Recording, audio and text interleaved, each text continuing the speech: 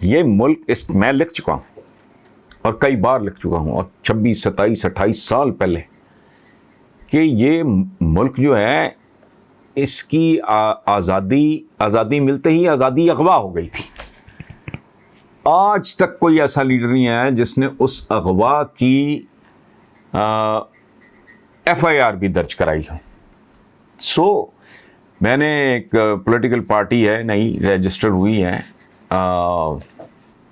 خواجہ ہارون ہے، وہ ان کا نام، بہت قابل آدمی ہے، از اے چارٹرڈ اکاؤنٹنٹ.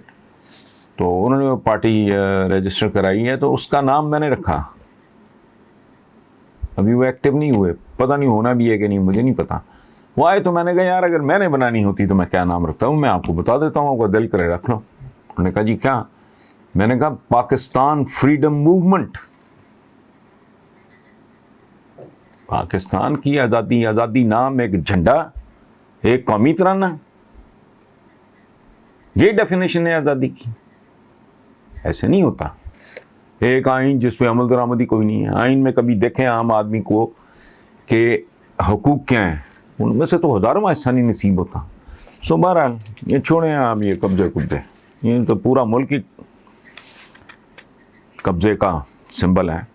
پاکستان میں 1 انچ پر بھی اگر کسی کا ناجائز قبضہ ہو، وہ ریلوے کی زمین ہو یا عام زمینیں ہوں یا کراچی میں جو کچھ ہوتا رہا یا یہاں جو کچھ ہو رہا ہے، جو آدمی یہ کام کرے اس ملک میں، اگر میرا بس چلے تو جتنے انچ زمین پہ قبضہ ہو میں اتنے انچ کاٹ لوں، اس کا گوشت کاٹ لوں. یہ سلاطین دہلی نے کم تولنے والوں کے ساتھ کیا تھا. انہوں نے باقاعدہ ایک جال بنایا ہوا تھا کہ جو آدمی کم تولتا تھا اتنا گوشت اتار لیتے تھے. ہم ایک سوسائٹی کے طور پہ، ایک معاشرے کے طور پہ اس لیول پہ آ گئے ہیں جہاں اس سے کم کی سزائیں نا ہوش نہیں دلا سکتی یا پھر بڑا پینڈا لمبا. سو مسئلہ یہ نہیں ہے، یہ کلچر ہے آپ کا، یہ جگہ جگہ ہو رہا ہے. بھائی میں نے پہلے ابھی مینشن کیا، کراچی میں آپ کو کیا دکھائی نہیں دیا؟ سب کچھ ننگا ہو کے سامنے آ گیا. ریلوے ٹریک، اندازہ لگائیں آپ، ریلوے ٹریک تک پہ وہاں مارکیٹس بن گئی. ناجائز قبضوں کا تو دارالحکومت ہے کراچی پوری دنیا کا. ریلوے کی زمینیں اور بڑے بڑے معززین مجھے نام لیتے ہوئے شرم آ رہی ہیں، ان میں سے 1-2 لوگ مرحوم بھی ہو گئے ہیں. تو یہ کلچر ہے آپ کا جس کے پاس. اور ایک اور بات مجھے بتائیں خالد حسین صاحب، آپ نے بڑا درد دل کے ساتھ یہ پتہ نہیں میں نے بتایا کہ نہیں، یہ مسقط ہیں، اوریجنلی گجرات سے لیکن مسقط میں مقیم ہے. یہ مجھے آج تک ایک بات کی سمجھ نہیں آئی، بڈھے ہو گئے ہم، قبر کنارے پہنچ گئے، کہ سیاستدان آتا کیا کرنے ہیں اس گندے کاروبار میں. 99% سوائے گندے لوگوں کے کوئی آئے گا کیوں؟ مجھے بتائیں. مجھے پاکستان کی کوئی پولیٹیکل پارٹی، مجھے گارنٹی ہوگا میں جیت جاؤں، مجھے ٹکٹ بھی آگے گھر دے دیں، اور میں پاگل ہوں میں اتنا پیسہ لگا کے در در جا کے ووٹ مانگوں؟ پھر کیا کروں میں؟ اسمبلی جاؤں پھر کیا کروں میں؟ وہ جو ان کا بہت ہی معمولی قسم کا پیکیج ہوتا ہے. یہ ملک مذہق خیز ہے. یہاں چیف سیکرٹری کی یا صوبے کے IG کی یا کبھی تنخواہ دیکھیں تو بندہ کہتا ہے یار یہ کیا مذاق.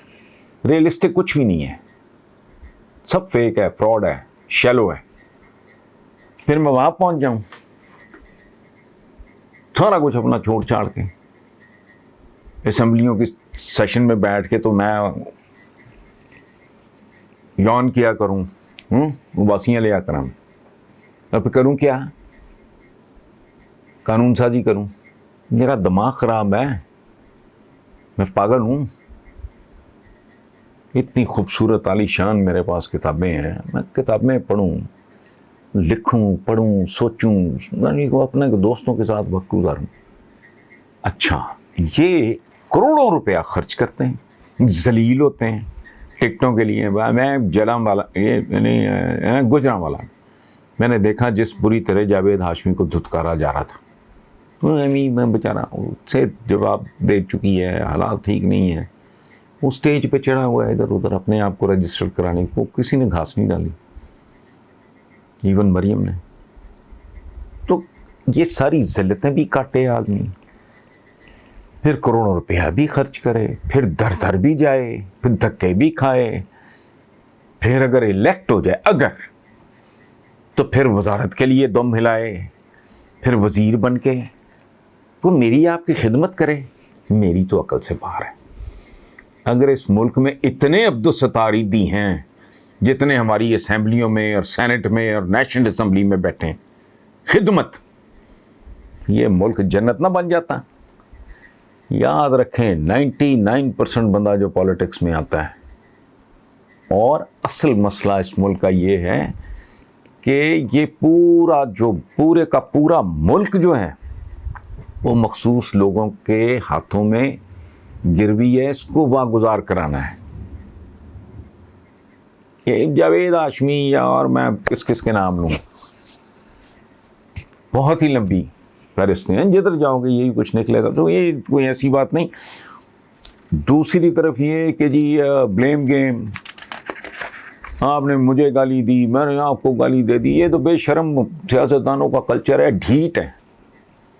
یہ ڈھیٹ ترین لوگ ہیں، یہ رنگے ہاتھوں بھی پکڑے جائیں نا تو یہ پھر پڑھائی نہیں دیتے، کبھی ادھر سے نکلتا ہے، کوئی ادھر سے نکلتا ہے، کوئی بیل کراتا ہے، کوئی پتہ نہیں کیا کرتا ہے. ہم نے زندگی میں اس طرح کی چونکہ واردات میں کوئی دلچسپی نہیں تھی، لیکن تھوڑے بہت سنا کے دیکھ دکھا کے پتہ تو لگ جاتا ہے. تو اصل بات یہ ہے کہ پورے کا پورا ملک واگزار کرانے کی ضرورت ہے حضور. یہ پچھلے دنوں یہ UNDP کی رپورٹ تھی، 15 دن بھی نہیں ہوئے کہ کتنے فیصد لوگوں کا پاکستان کے 50% سے زیادہ وسائل پر قبضہ ہے. تو یہ پورے کا پورا جو بڑی پارٹیز ہوتی ہیں، ہمارا کلچر ہے، ایک امریکہ انگلینڈ تو ہے نہیں، ہمارا کلچر ہے کہ بڑی پارٹیز جو مین اسٹریم پارٹیز ہیں، جو چھوٹی موٹی ہیں، ان میں کیا ہونا ہے. تو وہاں گروپس وغیرہ بنتے رہتے ہیں، نون لیگ میں بھی تھے، پیپلز پارٹی میں بھی. وہ چونکہ ذرا تجربہ کار اور گھاک قسم کے لوگ تھے، ان کا گند اوپر کم آتا تھا. یہ چونکہ ذرا نئی پارٹی ہے، پہلی بار اقتدار میں آئے ہیں، تو اس لیے ان کا ذرا زیادہ اچھل گیا معاملہ. اور اس میں بھی حکومت کا رول ہے، ورنہ چپکے سے اپنا کام کرتے. تو اچھا باقی رہ گیا پاور پلے، اس میں سارا کچھ ہی حلال ہوتا ہے. ہماری پوری تاریخ بھری پڑی ہے، بابر کے سسر سے لے کے اس کے چچاؤں سے لے کے، انہوں نے بابر کے پاؤں ہی نہیں ٹکنے دیے. بابر دھکے کھاتا یہاں تک کہ وہ طائب ہو چکا تھا. پھر کسی نے کہا کہ نہیں، تم کو فقیر درویش بننے کے لیے نہیں پیدا ہوئے. پھر وہ آیا بیچارہ، یہاں آیا، اچھا وہ سارے بھگتا کے. اس کے بعد اس کا جو بیٹا تھا ہمایوں، اس کے بھائیوں نے، ہندال، عسکری، یہ جتنے بھی تھے چبل، انہوں نے اس کے ساتھ کیا نہیں کیا، اس کی زندگی عذاب کیے رکھی. حتیٰ کہ اس کے بیٹے کو جب واپسی پہ آئے تو انہوں نے کسی قلعے کے اوپر اکبر کو ٹانگ دیا، تو اس کو پڑھایا بھی نہیں. اکبر اسی لیے جاہل رہ گیا. جاہل میں کہہ رہا ہوں کہ مطلب لکھنا پڑھنا نہیں جانتا تھا، ادروائز وہ بہت وائز آدمی تھا، دانش مند تھا وہ. لیکن بہرحال جو فارمل ایجوکیشن نہیں دی. سگے بھائی کے بیٹے کو، چلتے جاؤ، اورنگزیب عالمگیر، او ماں باپ پہ احسان کرو، یہ حکم ہے. اور وہ مذہبی آدمی تھا، اس نے کیا کیا باپ کے ساتھ؟ سارے بھائی قتل کر دیے، ایک بھی نہیں چھوڑا. بھتیجا تھا ایک، سارے بھتیجے مار دیے. تو ایک بہت ہی خوبصورت تھا، تو کچھ لوگوں نے کہا اس کو معاف کر دیں. انہوں نے کہا نا، یہ سانپ ہے، دیکھنے میں جتنا بھی خوبصورت لگے ہے سانپ، نہیں چھوڑا. سگے بھائی کو، دارا شکو کو جس طریقے سے اس نے ذلیل کر کے موت کے گھاٹ اتارا ہے، تاریخ کا حصہ ہے. صحیح ہے غلط ہے میں نہیں کہہ رہا.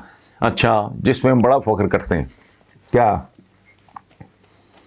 سلطنت عثمانیہ، جیسے خلافت عثمانیہ کہتے ہیں، خدا کی پناہ اللہ معاف کرے، کبھی میرے بھی منہ سے نکلا ہوگا، مجھے اللہ معاف کرے. کہاں خلافت راشدہ، کہاں یہ لوگ، سینکڑوں کی تعداد میں حرم ہوتے تھے. اس میں زنانیاں ہوتی تھیں مختلف ملکوں سے آئی ہوئی، 3 کانٹیننٹس پہ حکومت، یہ وہ ایک اور بات ہے. خلافت والا کام کوئی نہیں تھا. سلطنت عثمانیہ اس میں قانونی طور پہ جائز تھا کہ جس کو نامنیٹ کیا آپ نے اس کے علاوہ سب کو فارغ کر دو. یہ تو ہماری تو ماشاءاللہ مدتوں سے ٹریڈیشن ہے. بنو امیہ کے ساتھ بنو عباس نے کیا کیا؟ قبریں تک. تو اس لیے کیا ہو جاتا ہے کیا نہیں ہو، اس سے فرق کیا پڑے گا؟ پریکٹیکلی آپ لیو کر رہے ہو اس کو، ہم پاکستانی لیو کر رہے ہیں، دیکھ رہے ہیں سب کچھ.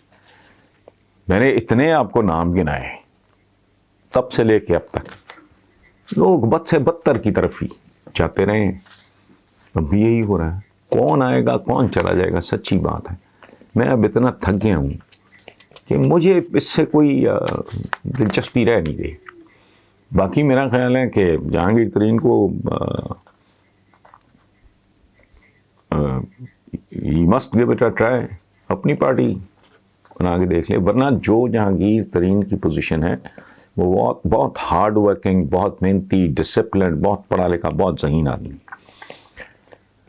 اپنی پارٹی بنانے کے دیکھ لے. ورنہ جس پوزیشن میں وہ پی ٹی آئی میں تھا، اس پوزیشن میں تو پیپلز پارٹی بھی اس کو قبول کر لے گی، نون لیگ بھی اس کے پیچھے ہے، پیپلز پارٹی کی بھی خواہش ہے. وہ کہیں بھی جا سکتا ہے. ٹرائی کر کے دیکھ لے. If he succeeds good, if he doesn't اپنے ساتھیوں سمیت، وہ ہمارے یہاں وہ کہتے ہیں نا ہزاروں ساتھیوں سمیت، وہ اس کے پاس تو بہت ہی کام کے لوگ ہیں. بہرحال لیکن آئی ایم ناٹ انٹرسٹڈ.